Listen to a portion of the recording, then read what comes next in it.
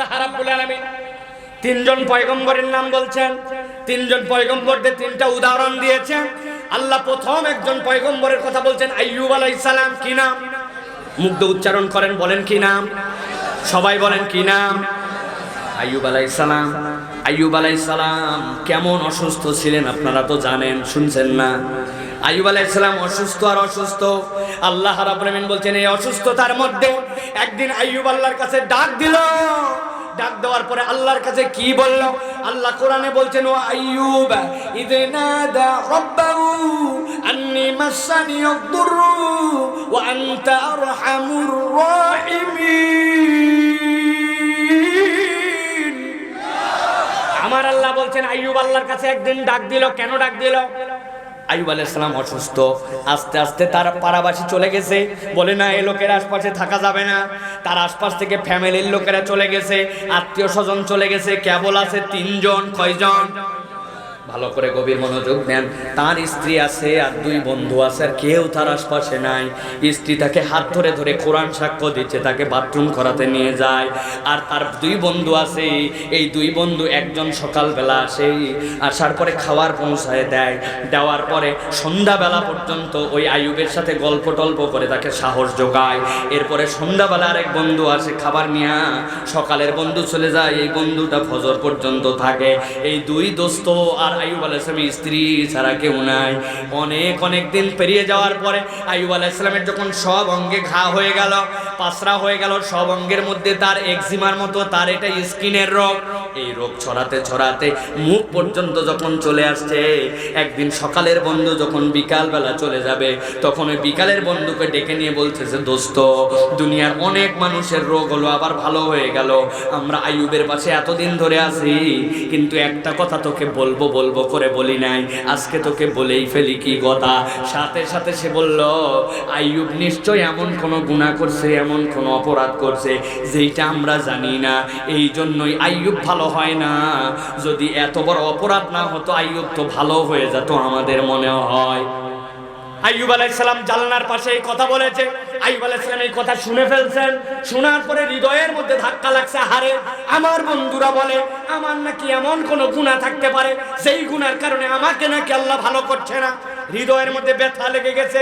আইয়ুব আলাইহিস সালাম আল্লাহর কাছে কখনো কিছু বলেন নাই, কিন্তু ওই দিন যখন এই কথা তিনি শুনলেন, সাথে সাথে আল্লাহর কাছে বলতে শুরু করেন, ও আল্লাহ আমার দুই দোস্ত বলেছে এই কথা, তুমি আমার সব খবর জানো, তবে তোমার কাছে আরেকটা কথা আমার দিলের তৃপ্তির জন্য আরেকবার বলতে চাই। আমি যখন সুস্থ আইয়ুব ছিলাম, দুনিয়ার বুকে অনেক সুন্দর একজন চেহারার মানুষ ছিলেন। আল্লাহ দুনিয়াতে যেই তিনজন নবীকে সবচেয়ে সুন্দর বানাইছেন, তার মধ্যে মুহাম্মদ সাল্লাল্লাহু আলাইহি ওয়াসাল্লাম এক, হযরতে ইউসুফ আলাইহিস সালাম দুই, আর হযরতে আইয়ুব আলাইহিস সালাম হচ্ছেন তিন। আল্লাহ এত সুন্দর একজন নবী বানিয়েছেন। আল্লাহর নবী সকাল থেকে সন্ধ্যা পর্যন্ত নিজে হাতে কাজ করে সন্ধ্যাবেলা বাড়িতে আসছেন। আইয়ুব বলছেন, ও আমার রব, বাড়িতে আসার পরে সারাদিন পরিশ্রম করে যখন আমার খাদ্য যেইগুলা পরিবারের জন্য এনেছি সেইগুলা যেই না রেখেছি, রাখার পরে আমার পাশের বাসা দিয়ে, বাসার পাশ দিয়ে একটা রাস্তা চলে গেছে, ওই রাস্তার পাশ দিয়ে দেখি দুইটা লোক যাচ্ছে আর ঝগড়া করতেছে। খেয়াল করলাম কোন বিষয় নিয়ে ঝগড়া করে, কান পেতে দিলাম ঝগড়ার বিষয় কি। খানিকক্ষণ পরে খেয়াল করে শুনি ঝগড়ার বিষয় অন্য কিছু নয়, ঝগড়ার বিষয় আল্লাহ। একজন আরেকজনের কাছে আল্লাহর বিরুদ্ধে অভিযোগ দিচ্ছে, আল্লাহর ব্যাপারে উল্টা পাল্টা কথা বলছে। আইয়ুব আলাইহিস সালামের হৃদয়ের মধ্যে ধাক্কা মেরে নিল, আরে এরা তো বড় অবুঝ, আল্লাহর ব্যাপারে উল্টা পাল্টা কথা বলে, ধরা তো খেয়ে যাবে।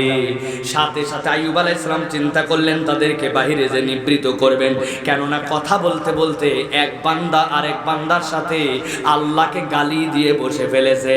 সাথে সাথে আইয়ুব আলাইহিস সালাম বাহিরে বেরিয়েছেন। যাওয়ার পরে দেখেন ওই দুই লোক আইয়ুব আলাইহিস সালাম বের হয়ে আসার আগেই সেখান থেকে চলে গেছে। আইয়ুব আলাইহিস সালাম আশপাশ খুঁজে দেখলেন, পেলেন না। মনের মধ্যে বিরাট কষ্ট, এরা আল্লাহকে গালি দিছে, তাইলে তো হাসরের দিনে আটকায় যাবে। আইয়ুব আলাইহিস সালাম বলছেন, ও আমার রব, ওই দিন কেউ দেখে নাই, সকাল থেকে সন্ধ্যা পর্যন্ত যা পরিশ্রম করে এনেছিলাম, আনার পরে আমার পরিবারের লোকের খাবার ছিল ওর মধ্যে, আমি সাথে সাথে কাউকে না জানাই সবটুকু সকাল থেকে থেকে সন্ধ্যা পর্যন্ত পরিশ্রম, রাতের খাবার বাইরে নিয়ে চলে আসলাম। আসার পর একজন মিসকিন পেয়ে গেলাম, মিসকিনকে সবটুকু দান করে দিলাম।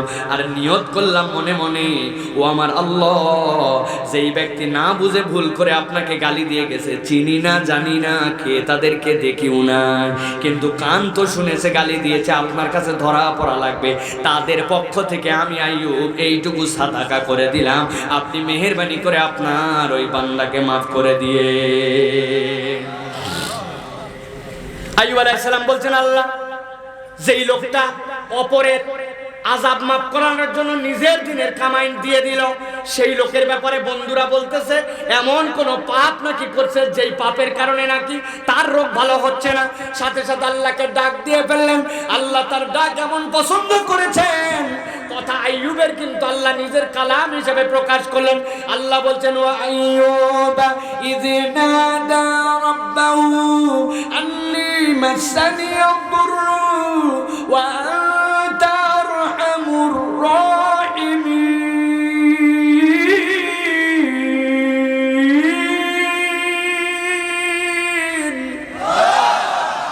আমার আল্লাহ রাব্বুল আমিন বলছেন, ডাকের মধ্যেও সৌন্দর্য আছে, খেয়াল করেন। আল্লাহ বলছেন, ওয়া নাদা আইয়ুব ইয নাদা, আর আইয়ুব যখন আল্লাহকে ডাক দিল কি বলে? আল্লাহকে বলতেছে, আন্নী মাসানি আদ-দুররু, আয় আমার রব, আমি অসুস্থ। আপনি যদি অসুস্থ হন আর কোনো হুজুরের কাছে আসেন, আপনি কি বলবেন? হুজুর আমার জন্য দোয়া করেন, ডাক্তার যে ওষুধ দিয়েছে ওষুধটা যেন কাজ করে। ভালো একটা ডাক্তারের সাথে কথা হচ্ছে, একটা ডাক্তার যেন মিলাই নাই, যার কাছে গেলে অসুখটা ভালো হবে সেইটা যেন ব্যবস্থা হয়। আপনি এইগুলার জন্যই, আপনার যদি অসুস্থতা হয় আপনি এইগুলাই বলবেন। কিন্তু আল্লাহ বলছেন না, কম কথা বলে তো এইটার কোরআনে দেই নাই। আইয়ুব এইগুলা কিছুই বলে নাই। আইয়ুব এমন কথা বলেছে আল্লাহর রহমতের সাগরে ঢেউ লেগে গেছে।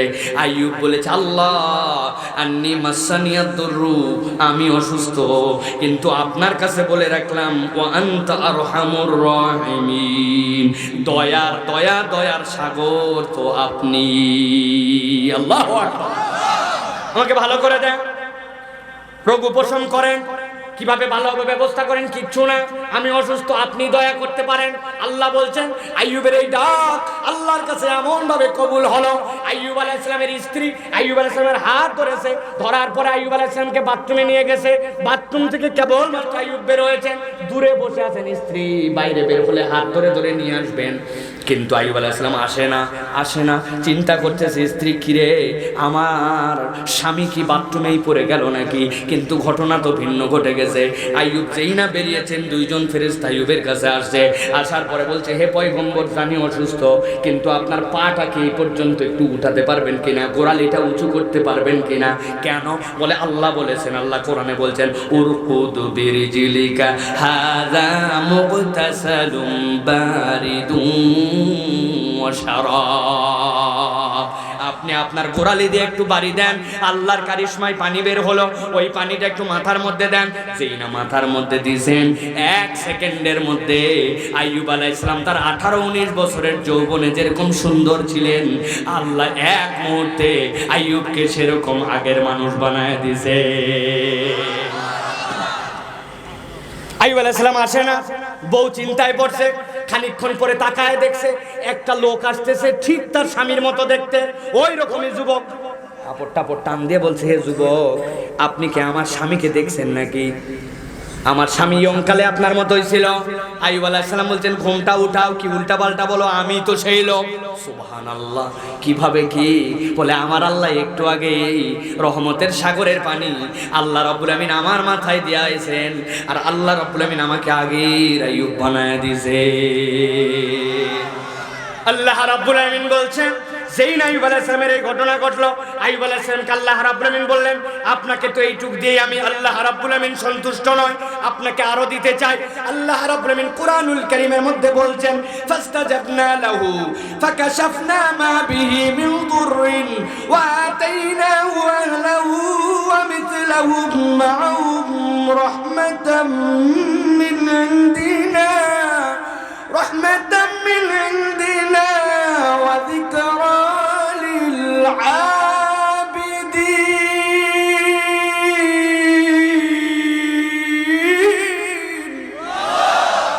আমার আল্লাহ রাব্বুল আলামিন বললেন, আমি আইয়ুবের ডাকে সাড়া দিলাম। খেয়াল করেন, কুদা পয়েন্ট আসেন।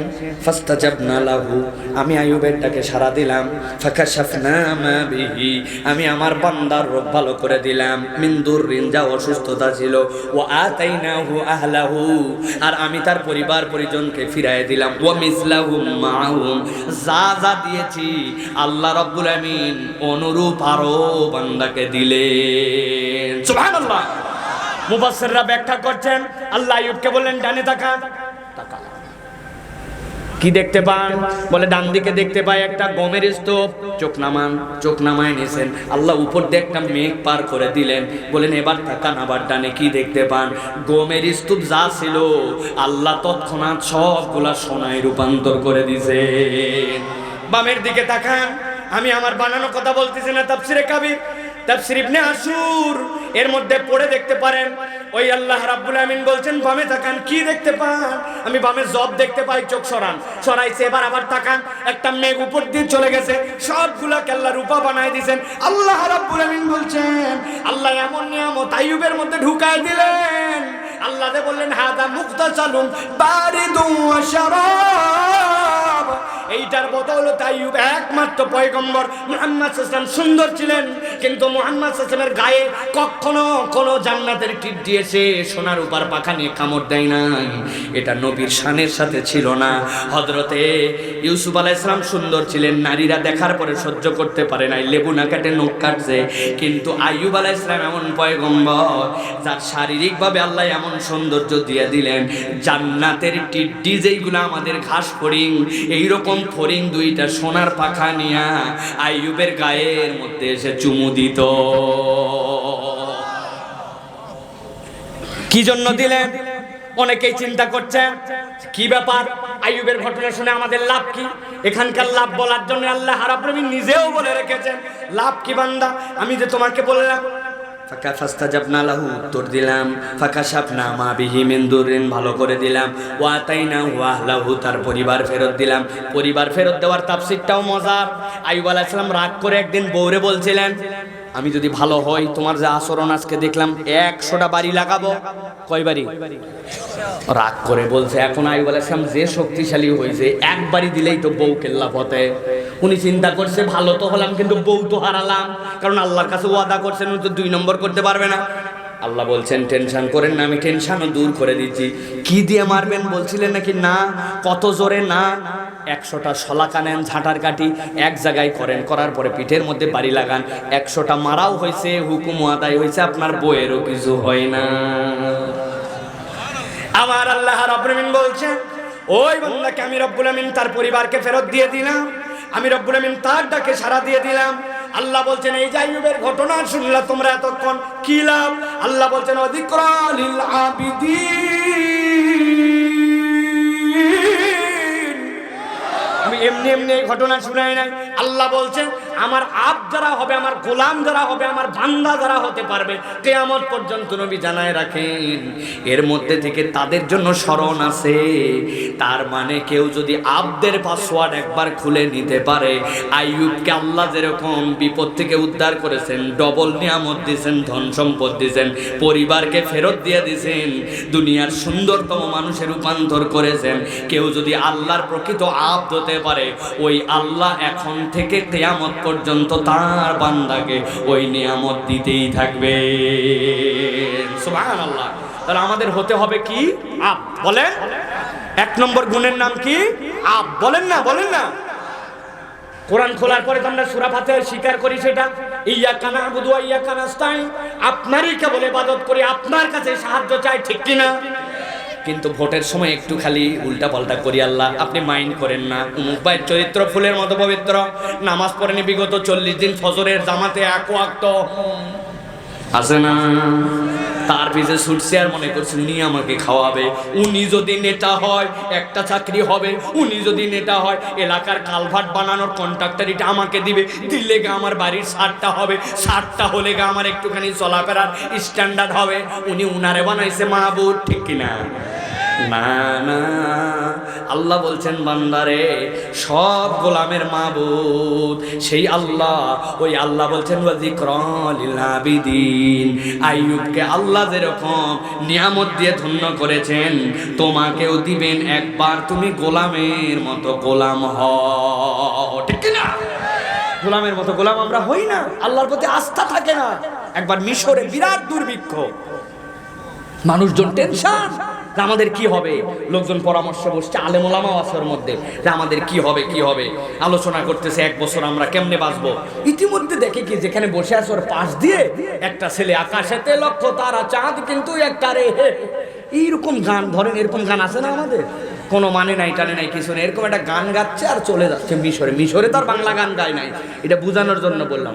লোকজন চিন্তা করছে ব্যাককল কোথাকার, কোন সময় কোন গান গাওয়া লাগে জানে না, আদব নাই লেহাজ নাই, আমরা পড়ছি বিপদে, তোরা তো ফুর্তি কেন দিকা ওরা ধরে নিয়ে এসছে, ব্যাককল গান গাছ কেন?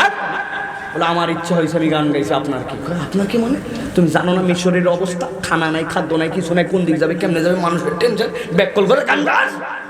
বলছে আপনারা আপনাদের চিন্তা করেন, আমার কোনো চিন্তা নাই। কে তোর চিন্তা নাই কেন? বলে আমি যেই বাড়িতে গোলাম হিসাবে থাকি, ওই বাড়ির মনিব যে, ওর দোতলায় কি পরিমাণ গম আছে আর 3 তলায় কি পরিমাণ জব আছে আর ওর কাছে কি পরিমাণ খাদ্য সংগ্রহ আছে, এটা আমি তো গোলাম, আমি জানি। 1 বছর মিশরের লোক মরে ভূত হলেও আমাদের বাড়ির খাবার অভাব হবে না, চিন্তা আপনারা করেন না। বলে দিয়ে চলে গেছে টান টান উত্তর। কথা তো ঠিক, অর্থ নিশ্চয়তা আছে জন্য ওর কোনো চিন্তা নাই। সাথে সাথে যারা ওর মধ্যে বিচক্ষণ মানুষ ছিল তাদের মধ্যে একজন বললেন, হায় রে, মিশরে এত দুর্ভিক্ষ আর ওর 1 বছরের খাবার থাকার কারণে ওর কোনো চিন্তা নাই, ওর মনিবের এইটুকু আছে, আর সকল মনিবের মনিব আল্লাহ, তার ধন ভান্ডারের কোনো অভাব নাই। তাহলে আমরা যদি তার গোলাম হই, আমাদের তো চিন্তা থাকতে পারে না। আমরা দুনিয়ার গোলামি করি বলে আমাদের রিজিকের টানাটানি হয়, ঠিক কিনা? কথা বুঝাতে পারছি আপনাদেরকে প্রিয় ভাই? তাহলে 1 নম্বর গুণ আজকে আমরা অর্জন করার চেষ্টা করব, আল্লাহ আমাদের মাবুদ, আল্লাহ ছাড়া কারো কাছেই মাথা ঝুঁকবে ঝুঁকবে। আল্লাহ বলছেন ওয়া ইসমাঈলা ওয়া ইদরিস ওয়া যাল কিফলি কুল্লুম মিনাস সাবিরিন। আল্লাহর এই নিয়ামত পাওয়ার জন্য অবশ্যই অবশ্যই তোমাকে ধৈর্য ধরা লাগবে, ঠিক না? খেয়াল করছেন কখনো কি বিপদটা আমাদের জন্য হইতো? ইসমাঈল আলাইহিস সালাম যদি এলোমেলো করতেন, ইসমাঈলের আব্বা ইব্রাহিম আলাইহিস সালাম, ঘটনা শোনানোর জন্য না মনে করানোর জন্য। এই যুবক ভালো করে খেয়াল করো, আব্বা এসে বললেন, বাবা রে আমি স্বপ্ন দেখছি। কি স্বপ্ন? আমি দেখছি আমার সবচেয়ে প্রিয়কে আমি কুরবানি করছি, আমার প্রিয় তো তুমি। ইসমাইল কি বললেন, এই স্বপ্ন মানুষ দেখলে হয় নাকি? মানুষ কি মানুষে কুরবানি করবে নাকি? কথা হলো নাকি? এটা বলছেন না। উনি বললেন, আপনি তাই করেন যা আপনি দেখেছেন, যা আদিষ্ট হয়েছেন, ইনশাআল্লাহ আপনি আমাকে ধৈর্যশীলদের মধ্যে পাবেন। আল্লাহু আকবার। শুনতে কত সহজ। আপনার মা আপনাকে বলছে, আব্বা রে সন্ধ্যার পরে বাইরে থাকবি না, বাড়িতে চলে আসবি। আপনার মেজাজ গরম হয়ে গেছে, বাড়িতে কখন আসা লাগবে আমার জানা আছে। তোমার বাচ্চা ছোট নাই, বেশি কথা বললে বাড়িতে আসবো না, আসে না। উনি আবার বলতেছে, ইসমাইলকে বুঝে ফেলছি আমি। কথা সহজ নয়। ইসমাইল আলাইহিস সালামকে বললো তোমার জবাহ হওয়া লাগবে। উনি বললেন ঠিক আছে আপনি করেন, আল্লাহ যা বলছে বাবা। ইসমাইল আলাইহিস সালাম কত ভালো, হ্যাঁ এই জন্য আল্লাহ বলছে তোমারে এই কিচ্ছা শোনানোর জন্য। আল্লাহ বুঝাচ্ছেন, তোমার আব্বা তোমাকে বললো চুল এরকম কাটিস না, আপনি বলতেছেন চুল কাটার আপনি কি জানেন? আপনাদের সময় থাপ্পড় কাট, বাটি চাট ছিল, এখন যুগ পাল্টাইছে, এখন রাহুল কাট, শিয়াল কাট, বকরি কাট আছে না। বাপ মায়ের কথা শোনে না, আবার নিজেকে দাবি করে আমি ইব্রাহিম আলাইহিস সালামকে আমার ধর্মীয় জাতির পিতা হিসাবে মানি। আপনি টাউট ভাই, আপনি প্রকৃতার্থে আল্লাহর কাছে সমর্পিত হতে পারেন না, ঠিক না? প্রকৃত সন্তান হলে আপনি বাপের কথা শুনবেন, আপনি মা বাপ যা বলবে আপনাকে শুনতে হবে, এলোমেলো করতে পারবেন না। বাপ মা অনেক সময় বোঝা যাবে আনস্মার্ট কথা বলতেছে, এই কথা শোনা যায় না মনে হবে, তাও শুনতে হবে, তবেই আপনি আল্লাহর গোলাম হতে পারবেন, ঠিক কিনা? এটাই শিক্ষা। আল্লাহ বলছেন ইসমাইলের কথা বললাম, ইদ্রিসের কথা বললাম, জালকিফিলের কথা বললাম, কুল্লুম মিনাস সাবিরিন, এরা প্রত্যেকই সাবের ছিল, ধৈর্যশীল ছিল। কথা হাট, কিন্তু তারপরে শুনতে হবে, ভালো করে বোঝেন। সবরের দুইটা স্তর, একটা উচ্চ স্তর, একটা নিম্ন স্তর, একটা উলিয়া, একটা শুকরা। সবরের কয়টা স্তর? কথা বলেন কয়টা? এই বাচ্চারা বলো কয়টা? মুরব্বীদের কাছে কথা শুনতে চাই না তো, তোমরা জবান খুলে কথা বলো কয়টা? এই যেগুলো কানের টুপি আছে, কান খোলেন, কানের টুপি খোলেন। এমন কোনো শীত পড়ে নাই, মুরব্বীরা খুলেন না, আপনাদের ক্ষতি হবে। আমার ইয়াংরা খোলো, খুলছ? সবরের কয়টা স্তর? মুখস্থ করে না। হুজুর আমি যে কি পরিমাণ সবর করে আছি জানেন না? ক্লাস 6 থেকে ক্লাস 10 পর্যন্ত একটা সিএফ ছিল, 11-এ আসে চলে গেছে।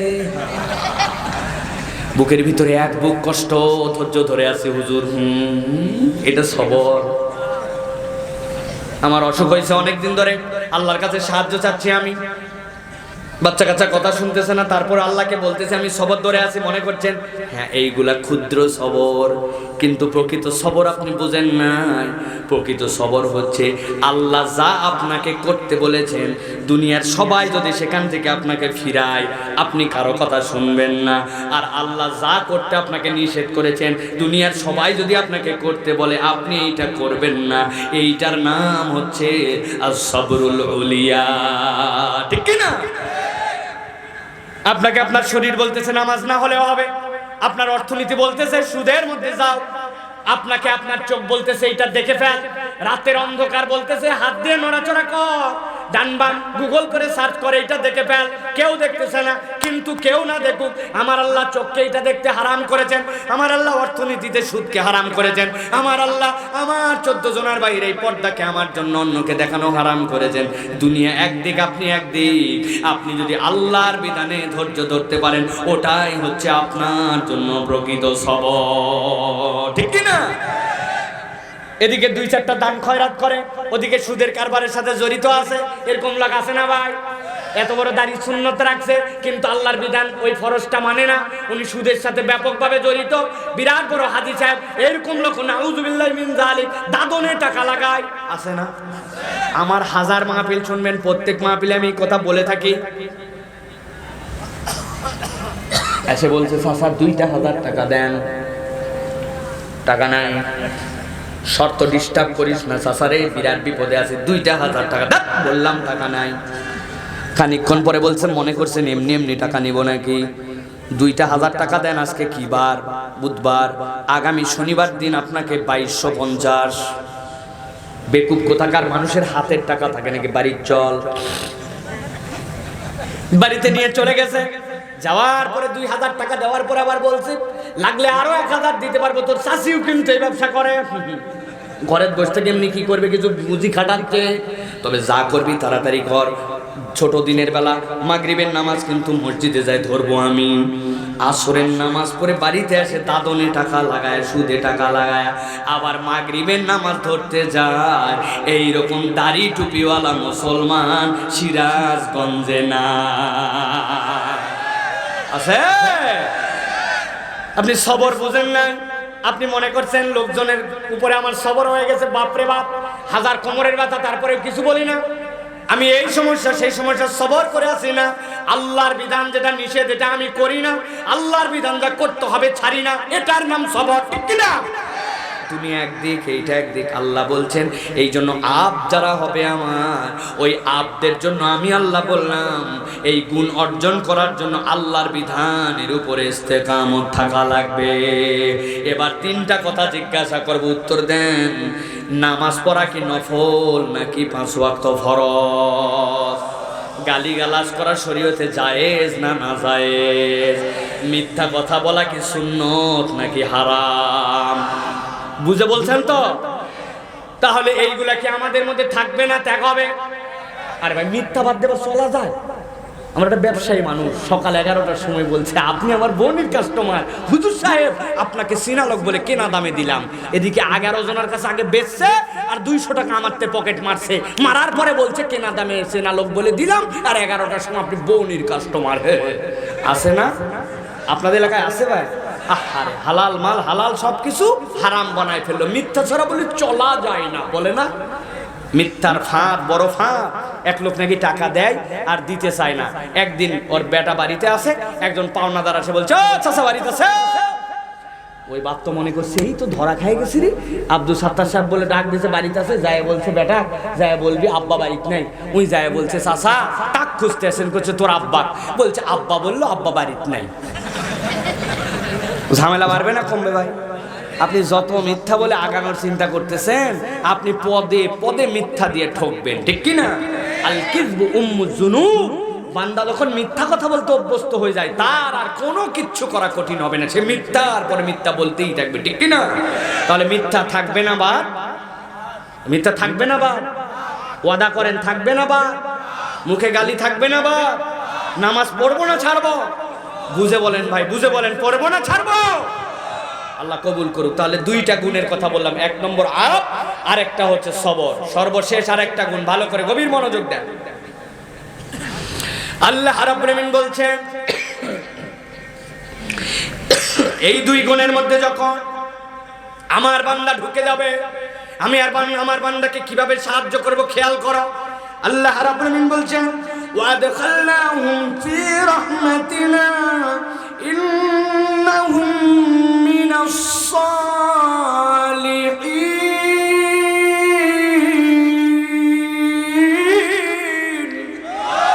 এই দুনিয়ার মানুষ, আল্লাহ বলছেন যখন এই দুই গুণ, আর শুরুতে যে দুই গুণ আছে ঈমান আর আমলে সালেহ, সাথে সাথে আমার বান্দা আমারে কেবল মাবুদ মানে আর আমার বিধানের প্রতি বান্দা সবরকারী, আল্লাহ বলছেন আমি এদেরকে আমার রহমতের মধ্যে ঢুকায় নিব।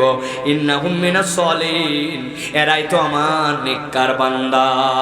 আল্লাহ বলছেন এবার এই বান্দাদের সব বিষয় আমি কিভাবে তোমাকে সহযোগিতা করব, এই জন্য একটা উদাহরণ তোমাদেরকে আমি আল্লাহ দিয়ে দিচ্ছি, শোনো। আল্লাহ রাব্বুল আলামিন বলছেন তোমাদের মধ্যে একজন নবী ছিলেন, নবীর নাম হচ্ছে হযরত ইউনূস আলাইহিস সালাম। আল্লাহ কোরআনে তাকে ইউনূস বলেন নাই, আল্লাহ বলছেন এই নবীর নাম কি জানো নাকি? ওয়াযান্নুন ইযযাবা মুগাদিবা ফাযান্না আল্লান নাকদির আলাইহি ফানাদা ফিজ যুলুমাত।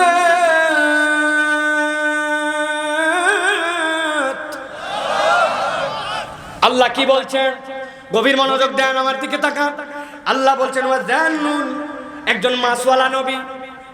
মাছওয়ালা নবী কেন বললেন? হযরত ইউনূস আলাইহিস সালামকে আল্লাহ বলছেন ইযযাবা মুগাদিবা, একদিন ইউনূস ওই জান্নুন রেগে কত এলাকার থেকে বের হয়ে গেল। কেন বের হলো? মুফাসসিররা ব্যাখ্যা করছেন, হযরত ইউনূস আলাইহিস সালাম তার কওমকে বলে নেয় তোমরা এক আল্লাহকে মানো, তার সাথে শরীক করো না, এই যত ধরনের অন্যায় করো অন্যায়গুলা বাদ দিয়ে দাও। ওরা বলছে বহু লোক এরকম ডাকছে, এগুলা শোনার সময় নাই। উনি বারবার ভয় দেখায়। আল্লাহর পয়গম্বরদের মধ্যে দুইজন পয়গম্বর ছিলেন গরম, তিনজনের কথা আসছে মূলত। এক নম্বর হযরতে মূসা আলাইহিস সালাম, নাম শুনছেন না মূসা আলাইহিস সালাম? ঈসা গরমের গরম। অনেকে যারা কসাসুল আম্বিয়া বর্ণনা করছেন তারা বলছেন মূসা আলাইহিস সালাম যখন মাথার উপরে পাগড়ি ব্যবহার করতেন, মাথার উপরে কাপড় দিতেন, কিন্তু রেগে গেলে ওই কাপড় ভেদ করে চুল বের হয়ে যেত। রাগলে মানুষের চুল খাড়া হয়, শুনছেন জীবনে? কেমন রাগ? উদাহরণ দেই একটা, ভালো করে বুঝবেন। আমরা মাঝে মাঝে একজন আর একজন বলে এক থাপ্পড়ে 32 দাঁত ঠেলা দিব, আপনি ওরা ডাক দিয়ে বলবেন এদিকে আয়, 5000 টাকা দিব, যদি না পারিস কিন্তু 10,000 দেওয়া লাগবে। থাপ্পড় দিয়ে একটা দাঁত ঠেলা কত বড় বাপের বেটা, ঠিক কিনা? মিয়া যে একবার দাঁত তুলছ ওই জানে কেইসা ঠেলা, ভিতরে ইনজেকশন দিয়ে টান দিয়ে দাঁত তোলা যায় না, তুই থাপড়ায় দাঁত ফেলবি, আলগা পিরি, ঠিক না ভাই? এত সোজা নয়। কিন্তু একজন পয়গম্বর হযরতে মূসা আলাইহিস সালাম কিপ্তিদের মধ্যে থেকে কতগুলা লোক ফেরাউনের বাবুর্চিখানায় কাজ করত, কিন্তু তাদের কাজ কোনো পজিশনের ছিল না, তারা খড়ি ধোয়াতো, অনেক মানুষের রান্না হতো, তাদেরকে গোলামির জীবন চালাতে হতো। ওই বাবুর্চিখানার যে হেড বাবুর্চি হতো ফেরাউনের দলের লোক, ও ফেরাউন একটা সফরে বাইরে গেছে, ওই সময় দায়িত্ব দিয়ে গেছে, সে কাউরে খাটায় না, কেবল মূসার কওমের যারা লোক, যদিও মূসা তখনও তার কাছেই, কিন্তু এই অবস্থাতে সেই মানুষটা তাদেরকে খাটায় কেবল যারা ওই গোলাম মূসা আলাইহিস সালামের ওই বংশে পরম্পরায় লোক। এইটা দেখে মুসা আলাইহিস সালামের সহ্য হয় নাই। এত লোক থাকতে খালি এদেরকেই তুমি খাটাও কেন? এক কথা দুই কথা বাবুর্চির গালের মধ্যে একটা থাপ্পড় দিছেন। থাপ্পড় এই সাজে পাওয়ার উনি নিজেও জানেন না। থাপ্পড় দিতে দেরি, জায়গায় ব্রেক হইতে দেরি না, জায়গায় ব্রেক মরে গেছে। তাহলে বুঝেন তো ভাই কেমন থাপ্পড়ের জোর হওয়া লাগবে। একজন রাগী নবী আমাদের, আরেকজন ছিলেন হযরত নূহ আলাইহিস সালাম, আরেকজন ইউনূস। বলছেন এই তোমরা যদি এখনই সাবধান না হই, আকাশের দিকে তাকাও, যা আল বার্ক, ওইখান থেকে আগুন নামতেছে। তোমরা যদি এখনই আল্লাহর দিকে ফেরত না আসো, আগুন নেমে তোমাদেরকে ধ্বংস করে দেবে। দেখো দেখো, তাকাও। ওরা তাকায় দেখলো তাই তো পূব আকাশে মেঘ করে আসছে, এখনই বোধহয় নামেই কি নামে। এই কথা বলে বললেন তোমাদের আর নসিবে তওবা নাই, গেলাম আমি। সাথে সাথে হযরত ইউনূস আলাইহিস সালাম রাগ করে চলে গেলেন। আল্লাহ বলছেন ফাযান্না আল্লান নাকদিরা আলাইহি, আমার পয়গম্বর এই কথা বলে চলে গেছে, মনে করছে তাকে বোধহয় কেউ ধরতে পারবে না। ঘটনা ঘটে গেল উল্টা। যেই না হযরত ইউনূস আলাইহিস সালাম চলে গেলেন, যাওয়ার সাথে সাথে কওমের মুরব্বীরা দেখলো আরে আগুন আস্তে উপরে ছিল, আস্তে আস্তে বাড়তে নিচের দিকে চলে আসতেছে, তো এক্ষুনি তো আমাদের ধ্বংস হয়ে যাব। সাথে সাথে কওমের মুরব্বীরা বলল সব মানুষদেরকে মাঠের মধ্যে নিয়ে আসো। সব মানুষদেরকে মাঠের মধ্যে নিয়ে হাজির করে দিল। দেওয়ার পরে বলল আল্লাহর কাছে সবাই তওবা করো, বাঁচার কোনো উপায় নাই। পয়গম্বর মিথ্যা বলে নাই, ঠিকই বলেছে, কিন্তু হৃদয়টা তো শক্ত হয়ে গেছে, চোখে পানি আসে না। মুরব্বীরা পরামর্শ দিল বুদ্ধি একটা আছে, এইটা করলে তোমাদের চোখে পানি আসবে। মায়ের কোলের শিশু যারা আছে, কোলে দুধ খাওয়ায় যারা, এদেরকে সবগুলাকে মধ্যে শোয়ায় দাও, আর মারা সব এক পাশে চলে যাও, আর বাপ চাচা খালু দাদা যারা আছে তারা এক পাশে চলে যাও। খবরদার কোনো মায়ের কোলে যেন কোনো শিশু না থাকে। 1 থেকে 6-7 বছরের যত হাজার হাজার শিশু মধ্যে শোয়াই দে, মায়েরা চলে গেছে। উপর থেকে দেখতেছে বিপদ আসবে। ওইটা দেখার পরে মায়েরা ভাবতেছে আহারে মরি যা হয় হোক, কিন্তু সন্তানটা যদি কোলে নিয়ে মরতে পারতাম। কিন্তু হাইরে কপাল, সন্তানটাও মারা যাবে, কিছুই করার নাই। মা কাঁদে, চাচি কাঁদে, ফুবু কাঁদে, সবাই হাউমাউ করে কাঁদে। এইটা দেখে বাচ্চারা তো কাঁদে, আর বাচ্চাদের কান্নার, মায়েদের কান্না দেখে মুরব্বীরাও কাঁদে। সবাই যে আল্লাহর ভয়ে কাঁদে তা নয়, কিন্তু আল্লাহর একটা ভয় আছে, এই জন্য ময়দানে হাজির হয়েছে। আল্লাহ তাদের এই কান্নাকাটিটাই এমন পছন্দ করলেন, আল্লাহ ওই কওমের যত অপরাধী ছিল সবগুলাকে তাদের তওবা আর কান্নার ওসিলায় মাফ করে দিলেন। ইউনূস আলাইহিস সালাম তো খবর জানে না, উনি চলে যাচ্ছে পালায়ে, কারণ এখানে যদি গজব বর্ষণ হয় তার উপরেও আসতে পারে। উনি চলে যাচ্ছেন, যেতে যেতে সামনে বেঁধে গেল এক নদী। নদীর উপরে উঠলেন, বড় নদী। নদীর উপরে উঠছেন নৌকার উপরে। নৌকা নিয়ে যখন রওনা হয়েছেন, পার হয়ে যাবেন মাছ দরিয়ায় নদী। আল্লাহ বলছেন ফাযান্না আল্লান নাকদিরা আলাইহি, ভেবেছিল তাকে ধরার কেউ নাই, কিন্তু আল্লাহ নবীকেও শিক্ষা দেওয়ার জন্য তুফান পাঠায় দিলেন। যেই ঝড় এখানে থাকার কথা, ওই ঝড় এসে গেছে এখন ওই নৌকার আশপাশে। নৌকা টলমল করতেছে, ডুবে গেল। মাঝি বলতেছে তাড়াতাড়ি বাঁচাই লাগবে আমাদের। বলে বুদ্ধি বলো। বলছি এর আগে এরকম বহুবার হয়েছে, বাঁচার সহজ কায়দা আছে। এই নৌকায় যারা প্যাসেঞ্জার আছে তাদের মধ্যে থেকে একজনকে আল্লাহর জন্য উৎসর্গ করে পানিতে ঝাঁপ দেওয়া লাগবে। ও মারা যাবে, বাকি লোক বেঁচে যাবে। ঝাঁপ দে, আমি ঝাঁপ দেবো মানে তুই দে। আরে ঠেলাঠেলি শুরু হয়ে গেল। বলছে আপনি বয়স হয়ে গেছে। বয়স হলে কি হবে আমার আব্বা 100 বছর বাঁচছে, আমার কেবল 60, তাই কি তুই দে। কি মুসিবত, কেউ তো ঝাঁপ দিবে না। কেউ কি ঝাঁপ দিবে ভাই? উপায় হচ্ছে সহজ, লটারি করো, যার নাম উঠবে সে যাবে। বাংলাদেশে 2 নম্বর লটারি একটা গল্প জানি, ওইখানে কোনো 2 নম্বর লটারির চান্স নাই। 7 বন্ধু, কয়জন? টিফিনের পরে একটা ক্লাস আছে, ওই ক্লাসের স্যার তাদের সকলকে হাতের কাজ দিছে, হোমওয়ার্ক, WC হোমওয়ার্ক করা লাগবে, না করলে স্যার পিটন দিবে। কিন্তু টিফিনের সময় সবাই একটু খেলতে যায়, সময় কম। এখন সবাই যদি লিখতে চায় তাইলে তো টিফিনের সময় নাই, উপায় কি? সবাই মিলে বুদ্ধি দিছে, একজন বন্ধু সকলের খাতা লিখে দিবা, যাতে করে ওই হাতের কাজ হয়ে যাবে, হাতের লেখা হয়ে যাবে, তাতে আমাদের সকলের বাকি 6 জনের খেলা হবে, আর একজন না খেললেও হবে। ক্লাসে আমরা সকলের পক্ষ থেকে ওই খাতাগুলা জমা দিয়ে দিব। তুই লেখ তুই লেখ তুই লেখ, আমি খেলবো না আমি খেলা। সবাই মিলে বলছে তুই একটু মোটা আছিস, তোর খেলার দরকার কি, তুই লেখ। বলছে না আমি মোটা হলে কি হয়েছে তাই। শেষে বলছে এত কথা চলবে না, লটারি করো, লটারি করে যার নাম উঠবে তারই আজকে 6 জনের খাতা লিখে দেওয়া লাগবে। ঠিক আছে সবাই রাজি, হ্যাঁ রাজি। লটারি টটারি একজন এক দায়িত্ব দিয়েছে, দেওয়ার পরে বলছে তোলো। একজন তুলছে, তুলে দেখে যেই মোটা, সবাই বলছিল তুই লেখ, দেখে মোটার নামে উঠছে। মোটার তো কপাল খারাপ, মোটাটা এখন ওই জায়গায় লিখতেছে আস্তে আস্তে। এদিকে 6 জন খেলতেছে। এক বন্ধু আর এক বন্ধুকে বল দোস্ত বুঝলাম না, সবাই চাচ্ছিলাম ওই মোটাটাই খাতা লেখুক, কিন্তু ওর নামে উঠলো কেমন করে? বলছে বেকুব কোথাকার, নাম না ওঠে উপায় আছে নাকি? 7টা যে নাম দিছে ওর মধ্যে ওর ছাড়া কারো নামই নাই, সব নাম ওর দিছি। এখন নৌকালা বলছে একজন লাভ দেওয়া লাগবে, কিন্তু বললেই তো হবে না, কে লাভ দেবে? লেখো নাম। সবার নাম লেখছে। আল্লাহ বলছেন ফাজান্না আল্লাহ নাকদিরা আলাই, ভাবছিল ধরে কি, ধরছে তো ধরছে, নাম উঠছে ইউনুসে।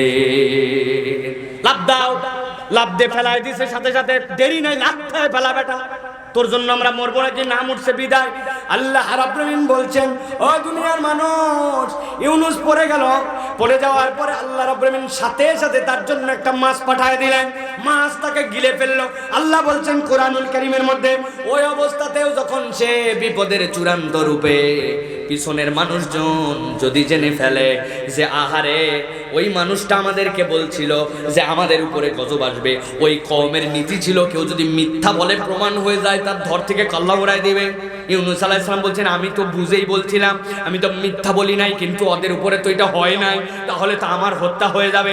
পালাতে শুরু করলেন, নদীতে আসলেন, লাঠি দিয়ে ফালাই দিল নিচে। ফেলাই নাই কেবল, মাছের পেটের মধ্যে মাছ আবার গিলে নিয়ে কোন জায়গায় যে যায়, এমনি না হয় ভাসলে ভুসলে কেউ দেখতে পাইতো, এখন কই খেয়ে নিয়ে চলে গেল। আল্লাহ বলছেন ওই জায়গাতে ইউনুস ভুলে নাই। ইউনুস আল্লাহর কাছে বলল, কি বলল?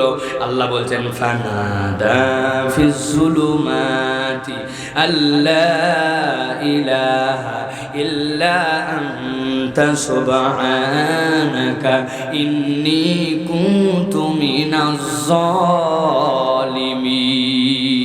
আল্লাহু আকবার। আল্লাহ রাব্বুল আলামিন বলছেন, সাথে সাথে আল্লাহ রাব্বুল আলামিনের পয়গম্বর আল্লাহর কাছে ডাক দিল। আল্লাহ নিজেই বলছেন তার ডাক কেমন পছন্দ হয়েছে আল্লাহর।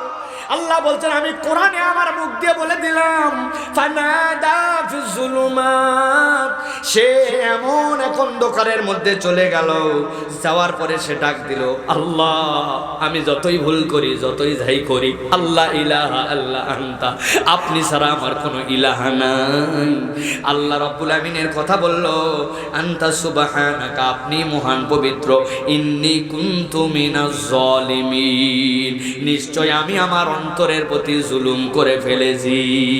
আমার আল্লাহ বললেন আমার পয়গম্বর যাই করুক না কেন, সে যখন একবার স্বীকারোক্তি দিয়েছে আপনি রব, আপনি আল্লাহ, তার মানে সে তার মাবুদের জায়গাটা ঠিক রেখেছে। আর বান্দা যখন এই বিপদে পড়েও আল্লাহর কাছে সাহায্য চাইছে, তার মানে আল্লাহর প্রতি তার সবরটা পূর্ণ আছে। এই জায়গায় সে পীর ফকির মাজার অমুক তমুক কারো কথা মনে পড়ে নাই, আল্লাহর কথা মনে পড়েছে। আর আল্লাহকে ঘোষণা দিয়েছে আপনি মহা পবিত্র। আল্লাহ বলছেন যেই না বলেছেন কুনতু মিনাজ জালিমিন, আল্লাহ সাথে সাথে ওই পয়গম্বরের ডাকে সাড়া দিলেন। আল্লাহ কি বললেন? আল্লাহ রাব্বুল আলামিন বলছেন ফাস্তাজাবনা লাহু ওয়া নাজাইনাহু মিনাল গাম্মি ওয়া কাযালিকা নুজিল মুমিনিন।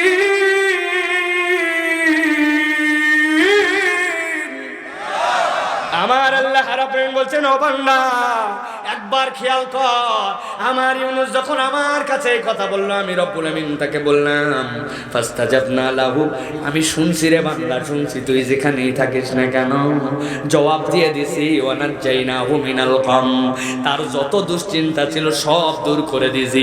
আমি আল্লাহ বলছি তোর মাছের পেট তোকে খাওয়ার জন্য নয়, বরং আমি রব্বুল আমিন তোর মাছের পেটটাকে তোর জন্য সংরক্ষণাগার বানায় দিয়েছি। সুবহানাল্লাহ। ইব্রাহিমকে আগুনে ফেলছে, আল্লাহ বানাই দিছে এসি। সমস্যা আছে ভাই? আমার আগুনে থাকলেই কি আর বাইরে থাকলেই কি? আমার আল্লাহ তো এসি বানাই দিয়েছে, মাছ তোমারে খাইছে তাতে কি? আল্লাহ ওইটারই তার জন্য তখন সাবমেরিন বানাইছে। সুবহানাল্লাহ। আল্লাহ বলছেন এত রাত পর্যন্ত সিরাজগঞ্জের মুসলমানরা এই ইউনূসের ঘটনা শুনে কি লাভ? আল্লাহ বলছেন লাভ আছে। ওয়া কাযালিকা নুনজিল মুমিনিন। আল্লাহ বলছেন ওয়া বাশশিরিল মুমিনিনা ওয়াল মুমিনাত। যারা ঈমানদার হবে আপনি তাদের জন্য জানায় রাখেন যেই আল্লাহ ইউনূসের সাথে হাজার হাজার বছর আগে ঘটনা ঘটাইছেন, ওই আল্লাহ আল হাইয়ুল কাইয়ুম, ওই রবকে ডাকার মতো ডাকতে পারলে কিয়ামত পর্যন্ত যদি তুমি ঈমানটা পূর্ণ করতে পারো, তোমার আল্লাহ তোমাকে এই রকম সাহায্য করতেই থাকবেন, করতেই থাকবেন। সুবহানাল্লাহি বিহামদিহি। তাহলে আমাদের কি কোনো ভয় আছে ভাই? ভয় আছে? কিন্তু মুখের কথাই তো বললে হবে না, ইনস্টল করতে হবে। পাসওয়ার্ড আছে, আপনার সব আছে, কিন্তু আপনার চার্জ আছে, টাকা আছে, পয়সা আছে, ব্যাটারি আছে, পাসওয়ার্ড নাই, আপনার কিচ্ছু নাই। ওটা থাকা না থাকা সমান, ঠিক কি না?